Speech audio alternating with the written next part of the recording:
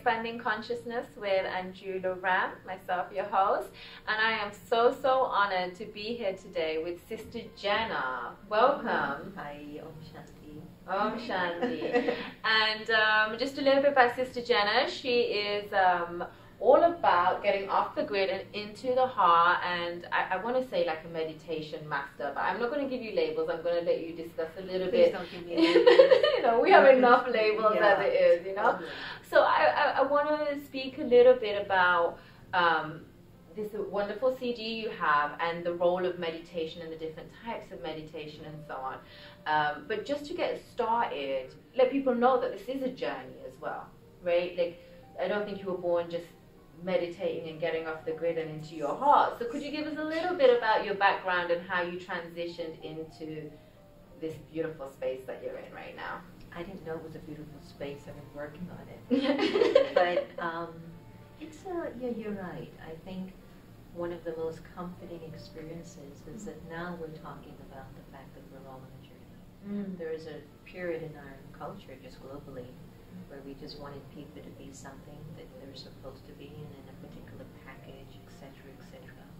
And now we're actually saying there's something more that's happening inside of our souls. That it seems as if the soul has come with its own story, with its own script. And we don't know all the lines of the script because we're so busy watching other people's scripts or other people's stories. And I have a very deep relationship with the director of the script, which is the Supreme. And one of the things I love about the role of the director is that if he sees that you've got certain virtues or something very special about you, he will position you on the stage of life that those qualities and virtues can really shine. So if you're paying attention to that director, which is the Supreme, your role will be clearer to you. And generally when you're close to the director, you hold the whole script in your hand. You're not an extra. So I think when I came to realize that it seems like I'm not an extra, like growing up in America and coming from a Hindu background and a Roman Catholic background, my mother's African and my father's Indian, like you. Nice combination, yeah. And you see the world differently, don't you? It's like, do I ever just support my Indian side? And do I ever just support my African side? I just support both, and I realize it's like you have to pull from their qualities, not from their race or their color or their gender, right? Did you feel that growing up? Absolutely. I remember people being like, yeah, but what are you? And I just get so frustrated and say, I'm a human being. You learn more about you through your failures, your victories, through private moments. You learn a lot about yourself when you're about to step into a car or step out of a car. When you're walking from one room to another room, you get a thought. And the thought connects you to something very beautiful about you. And then you get to see the contrast of when you've not been so beautiful. So I think that for many of us, those glimpses of something beautiful about your being, it's coming more and more on the journey. And sometimes the life will just lead you there by default, which is the one that I like. Sometimes we will manipulate the path to take us where we think we're supposed to be. And sometimes an event takes us there. And I think for me, at 17 or so, when I got connected to the Brahma Kumaris, and I saw how much my mother changed. She was orphaned, she was abused, she went through everything. And when she changed in 6 months, naturally, I knew there was something there. So I think the seed of that transformation was planted at that time. And I don't know if I would call myself a meditation expert. Not the way the world defines meditation of emptying the mind. For me, meditation in Latin means, Madeira means to heal. So I'm now in a space that the soul, playing the role of Jenna, wants to reduce her vices in her consciousness so that she enhances her virtues and become a contribution to mankind. That's a space that I'm at now. It's a beautiful space to be in. It's interesting because when you kind of enjoy the vices, then you're like, well, why don't you just drop the virtues? Because you know they're long term. So sometimes you kind of wonder, why in the world did you have to know so much? Yeah. Very very true. No, I do really, really like the example you gave of a script. Yeah, the script and being the director. And I'll tell you why. There's a lot of people that I speak to, and I think it may be a bit more than a New Age movement, and we are gods and we are power. And there's truth in that. I personally believe it's because we're made in the image of God. Okay. And so it's very different to, you know, a lot of what goes around of, you're the director of your script, you're the producer, you're the... It's almost just like, okay, I'm going to fix my life because I'm the director, I'm the producer, I'm the main, you know, all of these things. And, you know, I do believe in responsibility, which we'll cover as well, but I think to actually have that perspective of, you know, like, life script, my director, it's about me staying close to my director, you know, and I just think that's very beautiful because I've never actually heard somebody put that angle on it, and that really resonates with me. So I think that we do realize that we have a sense of responsibility to our own lives. Mm-hmm. In terms of my journey, it has been one where I've had to understand certain disciplines that basically challenge me to convince myself or to let myself believe, do you really want to make a difference within your own life? Are you here to save the world or get out of it? And if you really say that you really wish to save humanity, then how much are you invested in creating virtues in your relationships with human beings? If you want to get out of the world, then that means you can't have any attachment to it. So how much love do you really show your humanity? So I don't want to delude myself, nor do I ever want to do that to another human being. So in my first 5 years of spiritual effort, I'm at the ashram right in New York City. Oh, wow. Who goes to New York City for an spiritual ashram in the first place? So I'm in New York City. I remember that time I was in Miami, and I'm sitting with Daddy Janki. She's 100 years old now. And she's the head of the Brahma Kumaris currently. And I'm just sitting in the class, and she's like, I made one of my comments to her, and then she told me to come with her. So now I'm thinking I'm going to be going with this, 70-year-old woman to London or somewhere in India and learn about how to be spiritually evolved. She says, go to New York City. And I'm like, okay, because I just trusted her, So I went there, and the first year, I'm like radiating like this deity, and I'm loving it. Because then people are following behind me, and they're telling me, who are you, what are you? And I'm like, wow, I'm exalted like I'm it. Yeah. I swear to you. And then it was like, I realized that you feed into that. Oh, yeah. And then the first 3-4 years, I'm like really like it, And I'm having my moments where I'm like, I'm so not it, but they think I'm it. So I'm just pushing that out. I'm playing the part. Yeah. So I'm sitting in the meditation room, and I call God the Supreme Soul, Baba, because I want to be a child in front of energy. I said, Baba, I don't know what they're saying, but I'm so not what they're saying. Yeah. And it was that moment of honesty that I felt my perfection. That was my first 5 years of spirituality. And then I stopped trying to project and portray the spiritual image of perfection to the world. That I'm on a pulpit now, listen, I know the answer. So now you hear me say the funniest things, or the most like, I cannot believe she said that, and she's spiritual. Join the family. Yeah. No one knows what Jesus, Buddha, or anyone was doing behind the scenes, right? So true.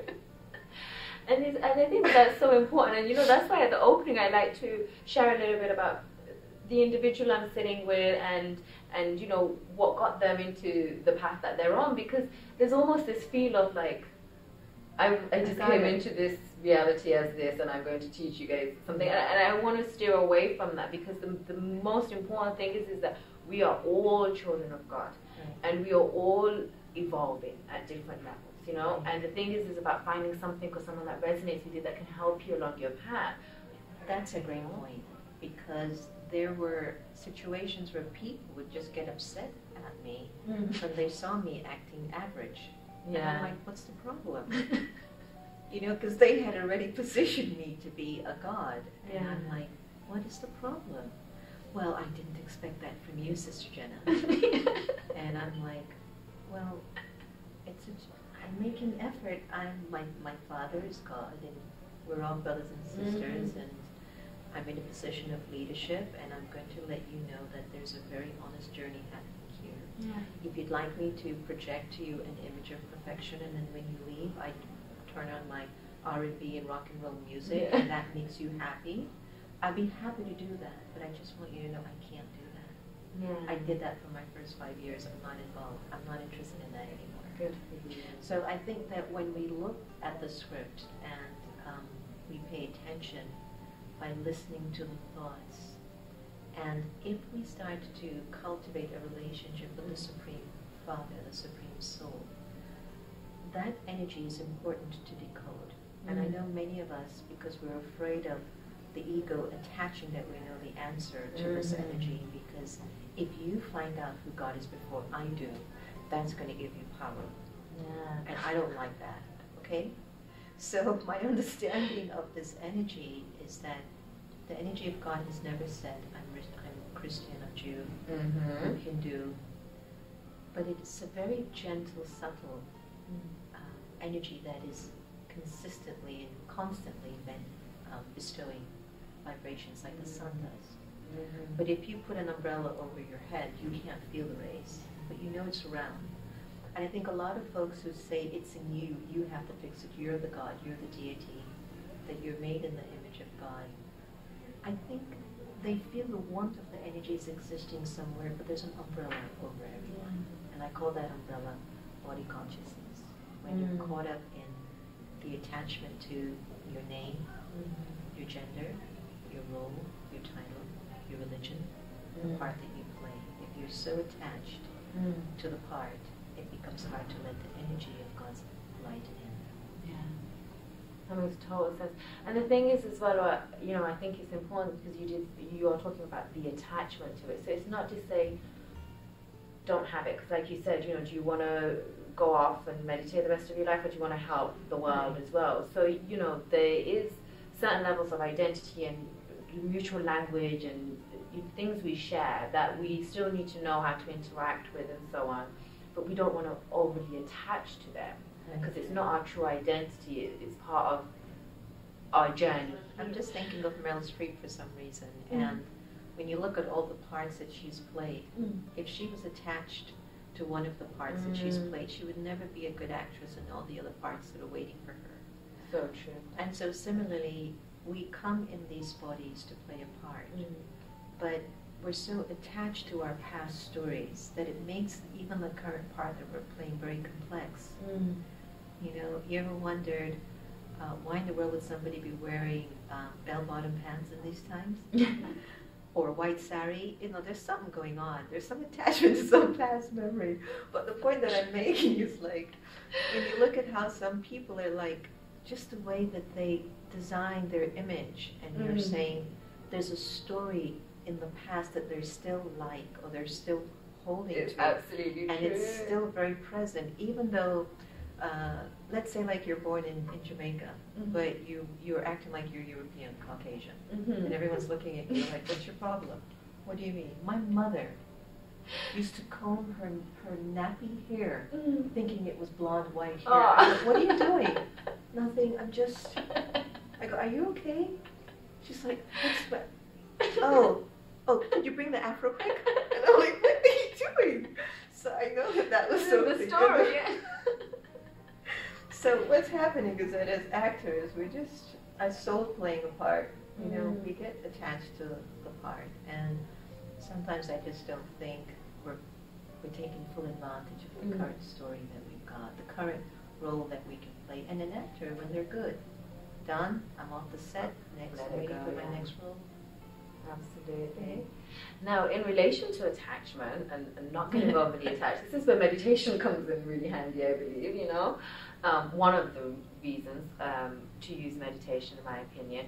So, could you talk a little bit about meditation, the different types of meditation, or the type of meditation that resonates with you and that you use and teach? And also, I know this off the grid into the heart is more of an on the grid meditation. Right? It's for on the go type of situation. So there is there is a sitting in silence meditation, and then there's a living, walking, breathing, talking meditation. That's as what well. Off the Grid into the Heart is about. Excellent. I'm not a supporter of individuals telling me that when you meditate you have to empty your mind. And I think that's why 380 million people in this country struggle with accepting meditation as an easy practice. It's very true. Because if you're a soul and you're carrying your script, and the script has got written in it victory and defeat, sorrow and joy, ups and downs, you really can't sit empty. And I think it discredits the story that you've been given. You know, that writer wrote that script with the characters in mind, and when you entered into that part, it wasn't really the actor that did that. That was the writer. Do you understand what I'm saying? So we can't discredit the script that we've got. So when I think about meditation, and what I try to convey in everything that I do about meditation, is what are you thinking is what's important. So if my thoughts are in alignment to the fact that I am soul, the soul has come from the world of silence, which is the home of God. We all came from there. And that my natural nature is purity, peace, and love. Then if when I'm walking peacefully. If when I'm talking to you, I'm speaking with pure intentions or with love. If when I'm dealing in a situation or interacting because I need to make money to put food on the table and pay a mortgage to keep the roof over my head, and I don't like the job that I'm in, but I'm consciously aware this is really where I am karmically, that I'm doing this because I need to earn a living, and that's cool for now. You know, so it's your consciousness that is important, but especially when you're in action.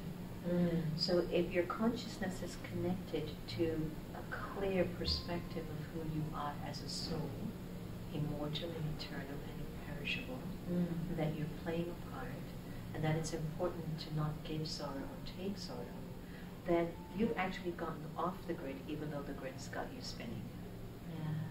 You know, so you've got the pressures and the responsibilities and all the intensity that comes with.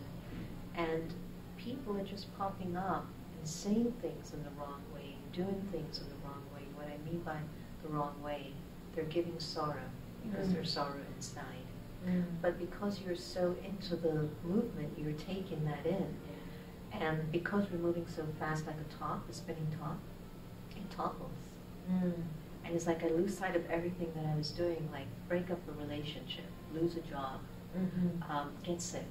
All of a sudden, this ripple, this domino effect of everything, just like you fall over, right?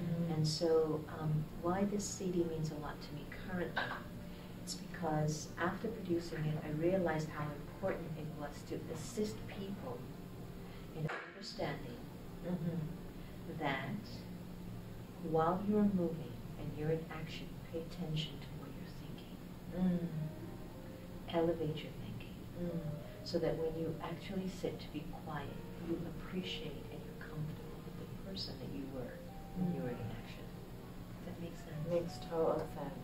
Now I'm wondering why it's called, I love it, off the grid and into the heart. Not why it's not off the grid and into peace, or off the grid and into higher thinking. You know, why did you choose the heart?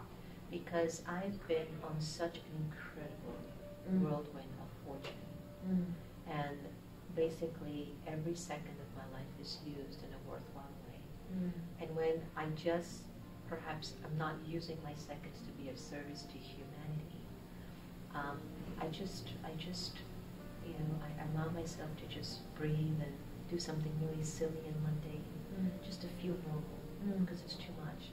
So what I've noticed for myself is that why I've been able to be on that wheel so happily is that I allow the love that is there. Like I am a human being that came here with love. And the only reason why the love was reduced was because of attachment.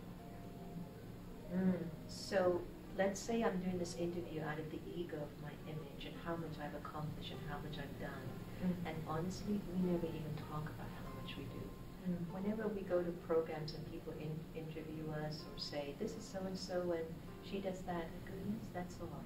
I'll be in major meetings at DC and everyone gives me a long list of their bio, and I'll be like, I'm a peaceful soul. That's really it. You know, I'm cool with that. Yeah. And what happens is that if I'm in action based on the ego of my identity and the ego of what I do, the heart is not involved while I'm on the grid. So if I can bring what we call in Hindi, bhavna, and bhavna is, it's these pure, special feelings or the blessings into what you do, from the moment you wake up to when you brush your teeth, to when you say good morning to the same people that you see every day, to when you go to your meditation museum and your staff, whether they're competent or not.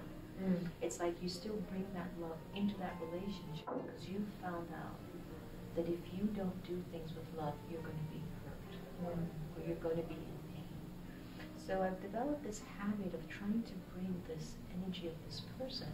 Like, if I don't do things with care and the consideration of another person's feeling as I'm spinning the way that I am, this is going to be a very painful experience for me. I'm going to move fortune away from coming closer to me, and I'm going to ruin a lot of relationships, and I'm here to love and be loved. And so why I felt off the grid into the heart is important is that I'm asking everyone, can you optimize your quality of care for yourself and mankind? It's beautiful. It makes total sense. And it's funny because as you even speak, you know, it's like when you get into more and more into that space of living from the heart, being more conscious of your thoughts, you know. And, I mean, it's just so, there's this peace or energy or feeling or divine consciousness that just kind of like overtakes you, envelopes you, is with you, and it's so wonderful. And you know, I'll be honest, when I'm in that space, it's not necessarily, you know, because a friend is like, oh, you're so sweet and loving to me that I want to go back there the next day. It's because I felt so good. Right. And it was so peaceful. Don't you feel honest with yourself when you're feeling like that? Yeah, and it's just like, you know, it's almost like, yes, we're doing it for one another and we're doing it for society, but it's like, I'm really doing it for myself because I know what it's like not to do that. It's quite painful and there's a lot of suffering involved. So to actually do it, it's just like, oh, that'd be stupid not to do it again. You know? That's where I feel like, you know, you made a very powerful point because to me, when you can optimize those qualities in your relationship and in your interactions, you're being very honest. And that honesty is giving you power to act and power to perform the best level you could possibly perform. And you found that when you're not being honest, you don't come out best. It's just not, it's not pretty. Yeah. And so I think that if human beings begin to accept that there's a quality in them that was their birthright, it was from God, and use that quality more, then we won't be spending the billions of dollars that we spend on war. Yeah. And even though I know that's all organized and that's all written in a script, at some point we'll come to realize that love will conquer everything. Yeah. And we can get that with the relationship that we're having with the director. You know, that subtle ability to decode that energy, which I might have missed to tell you. My interpretation of this energy is that it is a soul, but supreme. It doesn't hold stories. It doesn't hold stories like we do, so that's the difference. Third thing, it's constantly bestowing a vibe. It's constantly giving energy, like right now. The energy is present, but am I? And if you connect, then you've given permission for that love to connect. And so we tend to get more into our own stories, and then he just stays there. Right? So if we can keep bringing that energy in and understanding the relationship of that energy, then it helps us. And then the fourth thing is, the energy of God teaches us. And it's very rare you've ever heard having a relationship with the Supreme Being as a teacher, father, mother, protector, guide. but he teaches. And there's something that happens when the soul starts to give permission to the Supreme Soul. And then the soul starts to remember the original worth of itself. That you can be as high as a deity, just a human being with virtues. And what happened to your virtues is that you trumped them with vices. And it's an acronym that I use called algae. You heard that one? I did. I was going to ask you about that actually. Yeah, I actually really liked it. Let's break that down, algae. 100 interviews I've done, and my friends will say, "Don't you have any other acronym?" Can you come up with something else? This is it.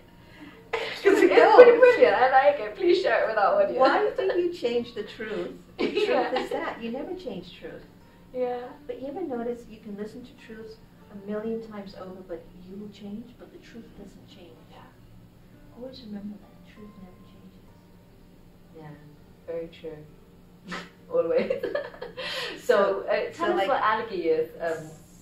Okay, it's an acronym. It's so exciting. Because I love it. After all these years, it's still there.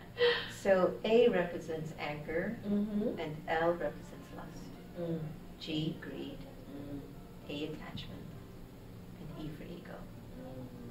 And that energy of consciousness has been gradually increasing, and it has reached a point that we now think it's normal to be angry, to be lustful, to be greedy, to be attached, and to have arrogance. And when you meet somebody who's the opposite to that, so the opposite to anger is peace.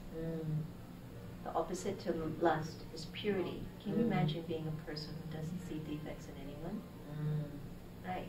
The opposite to greed is joy and contentment. And the opposite to attachment is love. And the opposite to ego is self-respect and wisdom. So when you study like Raja Yoga meditation, which I learned at the Brahma Kumaris, from vices, which was really trumping my original personality, I started to allow the virtues to take a prominent role in my expression as a person. Because now I've interpreted the importance of these qualities, and that even though they are existing in my consciousness, it's important for me to interpret the importance of these virtues over them. It's a story of this little baby mosquito. And the baby mosquito was born, right? And he told Dad, like, so tell me what's out there. And Dad says, it's a rough world. It's tough. They really don't like us. And he says, well, I want to go find out what it's about. So the baby mosquito goes flying and flapping away. You know, he comes back 3 days later, and he just comes back and he says, Dad, wow. And then Dad said, didn't I tell you it's a rough world, son? And I'm glad you made it back alive. And he said, no, it's awesome. Everywhere I went, people were just clapping for me. And I just thought, like, what is this place? This is great. And this is where I learned perspective. It's so important. It's just so important. And we're just like, which way? So in Raja Yoga meditation, you're learning to change your perspective. So that's like being off the grid into the heart. That, you know, it's all just falling on you, and you're like, it's okay. You know, I'm going to cope with it at the end of the day. We'll be okay. So, would you speak a little bit about how this duality, light, dark, play out? Sure. Because I don't want people to dismiss, you know, meditations and really this is such deep truth. You know, the algae and then real love and you know, well, these things are true. But then it's kind of like, I think what happens a lot is then people are like, oh well, that was just spiritual and fluffy, and oh, that was a great idea. Now let me turn back to this world that I'm dealing with. You know what I mean? So can you make the connection of this spiritual, higher, heart-centered living and actually bringing it in and understanding the world of duality within ourselves and in the collective conscience? Yeah, I'll do my best at that. Algae is the dark. You know, it's just so easy to decode when you're angry. And there are different forms of anger. You, and then there's you. Yeah. You know, so it's still anger. And just think about, you know, when you get angry, repercussions or the ripple effects of that anger as a vibration in a space, right? So that goes out.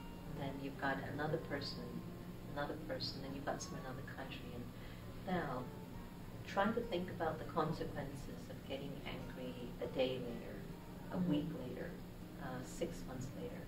The energy is still sitting there as a memory. Yeah. Then roll that over to 1 lifetime, 5 lifetimes.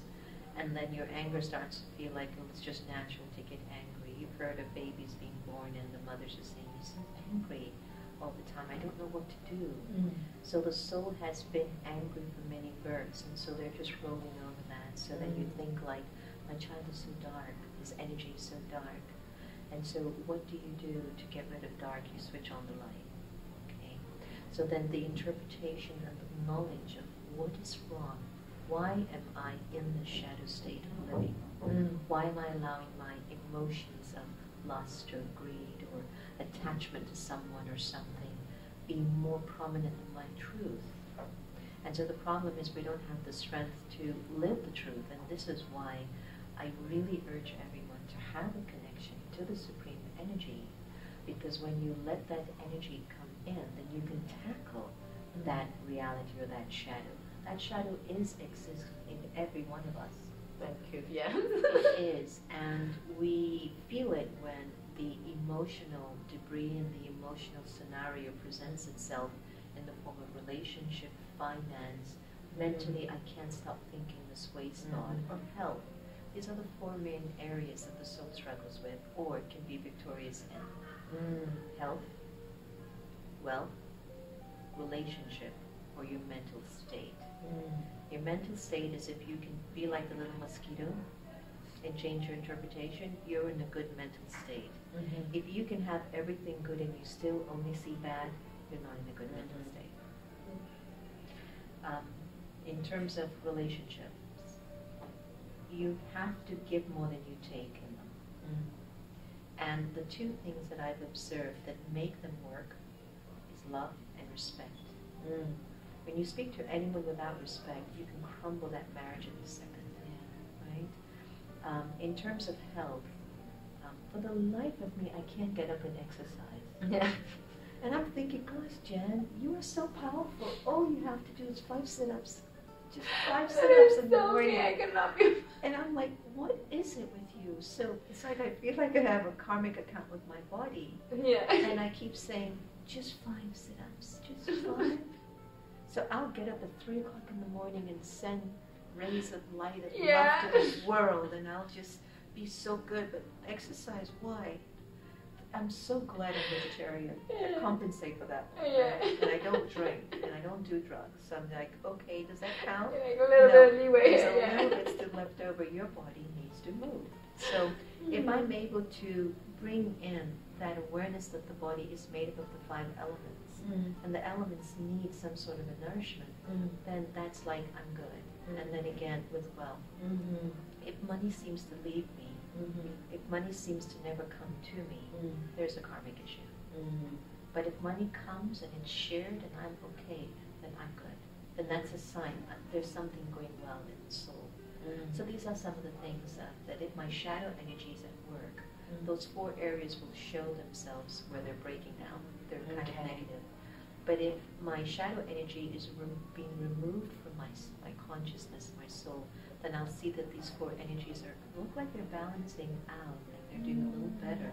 And I go, okay, I'm doing well, I might be doing something right. Excellent. Thank you for acknowledging that and breaking it down a bit. That made a lot of sense. And, the things that are actually happening on Mother Earth at the moment. And I kind of like keep feeling like off the grid is kind of off the grid into your heart and then on the grid in your heart. Nice. That's kind of the feeling that I'm getting. Yeah. Because it's off the grid and into the heart, which makes sense. But I think it's actually working on bringing us back here and being from the heart. So, just very, very briefly, what can we do? I think that your show is doing work. Thank you. You're helping people to become more conscious and more aware of their personal responsibility. So you're doing it on a collective level. So now on an individual level, when the cameras are off and the lights are down and the audio is off, what are you doing in your private time? And so if you're thinking at a level of benevolence, if you're thinking in the sense that the footsteps that you're taking on the ground are peacefully being made to serve the nature, that you're individually taking care of your karma. And of course we know whatever we do individually has an impact anyway on a collective level.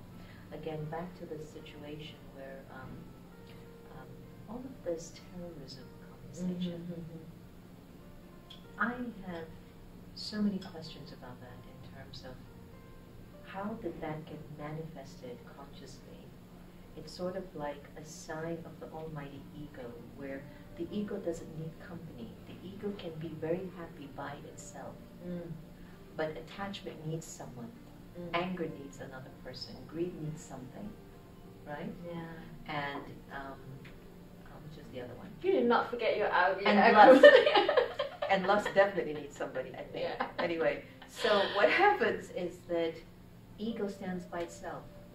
It'll keep saying, I'm okay. I don't need anyone. You understand? And so this is where it starts to get very hazy. Like, who are we fighting in this world? So we've got this languaging of terrorism that started up, you know, and we're questioning, really, what is that about?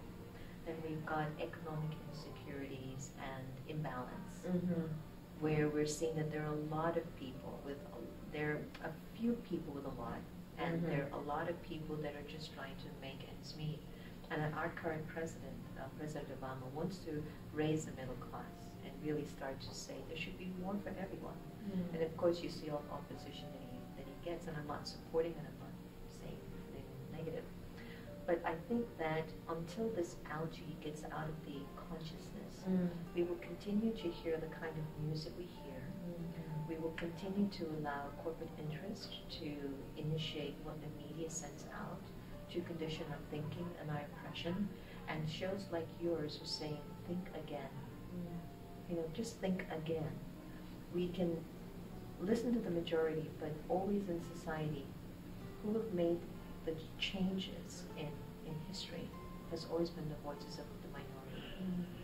And so to have faith that your effort of spirituality and your conscious goodness, that it is real and it is making a difference. And yes, you can stay on the grid and continue to bring the heart into the story.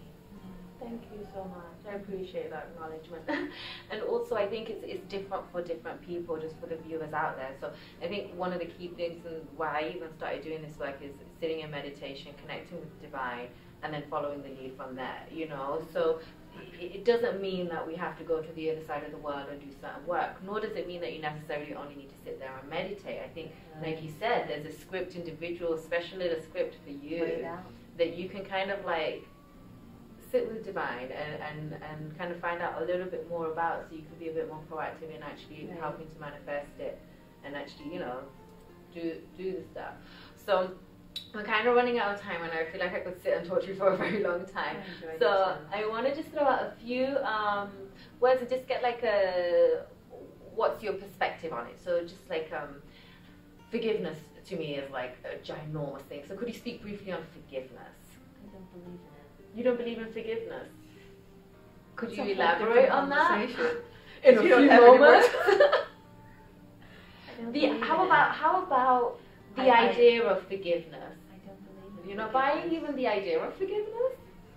Because I think that we are inscripted to do what we did to each other. Like there was something written for us to do things that seemed like it was less than virtuous. I think what's important to get on with accepting that was the part that person had to play. But you took my next word was acceptance. And move forward and move on with your life. Move on with your life. That is what was written in the script. That's the drama. That's the part that actor had to play with me. That's the part I had to play with that actor. Move on. And I think that we have heard about forgiveness for a very long time, and we have struggled with just having this one thought emerge in the person and just having a benevolent feeling for them. Like, I wish this person to be benefited. It's the hardest thing for us to do because we think that if we forgive them, then they get off scotch-free. It takes a lot of courage to forgive.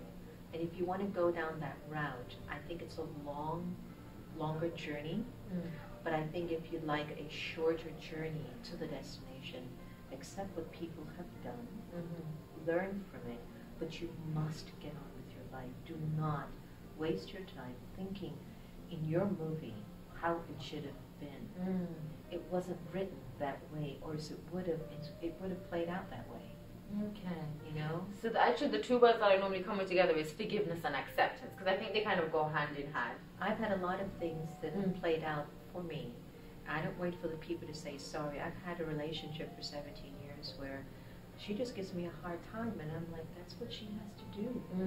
I must be in karmic debt to her somewhere. But any person that you seem to be struggling to love, it was a very deep relationship in the past. And something happened between the both of you, and you've not let that go. So how that has rolled over in other lifetimes and in other relationships is a travesty to my story. I want to be a great actress. And I want God as a director to make me be one of the most beautiful people in the entire universe. That doesn't mean that I have to have some award-winning major movie film. It means in my little cottage on the beach with just a one-bedroom place, I'm good with the people that I'm living with. That makes total sense. I mean, I think forgiveness is just, like you said, it gets a lot of attention. It's a big thing. So that's why I actually really like to address it. And my relationship with that idea, it is a big sell as well. I found that spiritual entrepreneurs, forgiveness, anxiety, stress, depression, relationship, everyone has figured out the story now. So now they tie in all these languages because everyone now is finding a way to create their livelihood on that. And I think that's fine, but I don't want to use those means to placate people's stories. I think it's important that my role is a role to simply move your attention away from me, but here's the message. Connect your attention to the divine, and you will understand why things are unfolding. I do understand what you're saying, because the way it's getting used in mainstream world and the collective conscious, it's kind of getting a little bit more tapped into as a wound that we can spend a lot of attention on. And I do agree with you there. Just imagine if it becomes a normal, conscious pattern that as our stories are unfolding in front of our eyes, whether it's financial issues, relationship issues, or what have you, you're like, I've got to get on. I've got to get on with my story. And to turn to the person or turn to the situation and try to see, what did I miss here? Did I miss something in the script? And again, you will always see that if there was love, if there was a lack of love and a lack of respect, it definitely rolled that situation into what it turned out. That you're now thinking that you need to be forgiven. So with that relationship I was telling you about, the 17 years, there's been like this energy of mending. And I was telling my mother, Sister Gita, what am I supposed to do? I'm still the same person. I'm not living my life for them to say sorry to me, or for me to say sorry to them. I want to get on with the story of raising humanity's power. I don't need anything from anyone else. Let's get on with our lives. And I think for us to actually be that in control and that much in charge of our life is not normal anymore. Always find the people who tell you how easy it is to overcome your obstacles are the ones who are detached from your pain. It's true.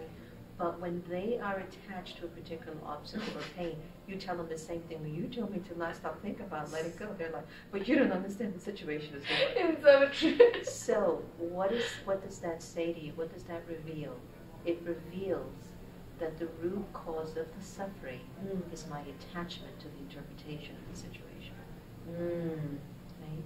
So once I can transform that, I will stop thinking about it. Because then I realize that my power of love is important, because you just can't keep toppling all the time. I don't want that to be in my script, to be honest.